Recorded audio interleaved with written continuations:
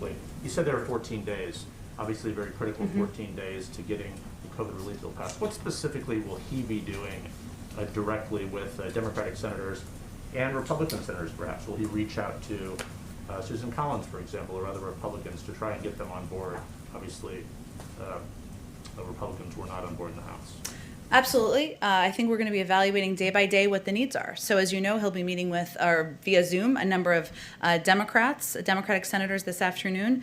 We've reserved time in his schedule to ensure that he can be engaged, roll up his sleeves, and be personally involved in making phone calls, having more Zoom meetings, potentially having people here to the Oval Office to get this across the finish line. And I expect him to be very involved personally. On the parliamentarian decision, you said that he respects that decision, but progressives don't understand this. In some respect, they're like, why not fight for this? So why is the White House not more aggressively challenging that and sending the vice president to try and potentially overrule that with a vote?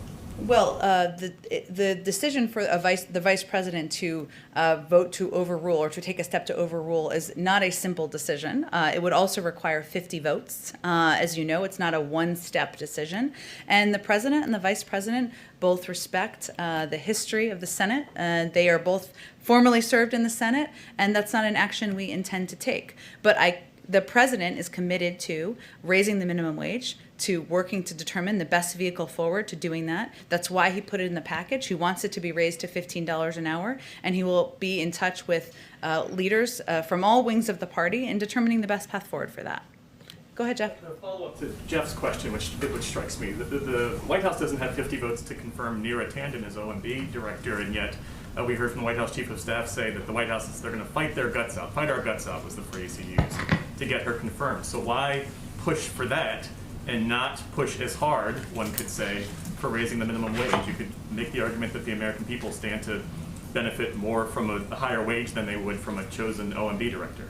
Well, I think that's mixing a few things kind of irresponsibly, if I'm just being totally honest. I would say on the minimum wage, the president included a raise of the minimum wage in his package because he felt strongly that it's long overdue, that men and women working hard, trying to make ends meet, shouldn't be living at the poverty level. That's why he put it in his package.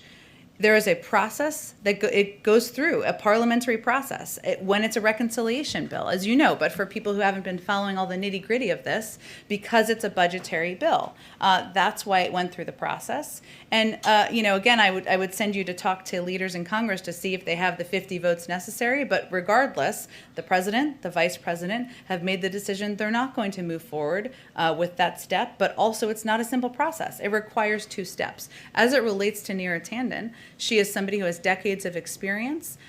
She is qualified. She is prepared to lead the budget team. And we're continue, of course, to fight for the confirmation of every nominee that the president puts forward. We'll see if we have 50 votes. That's part of the journey. That's part of democracy in action.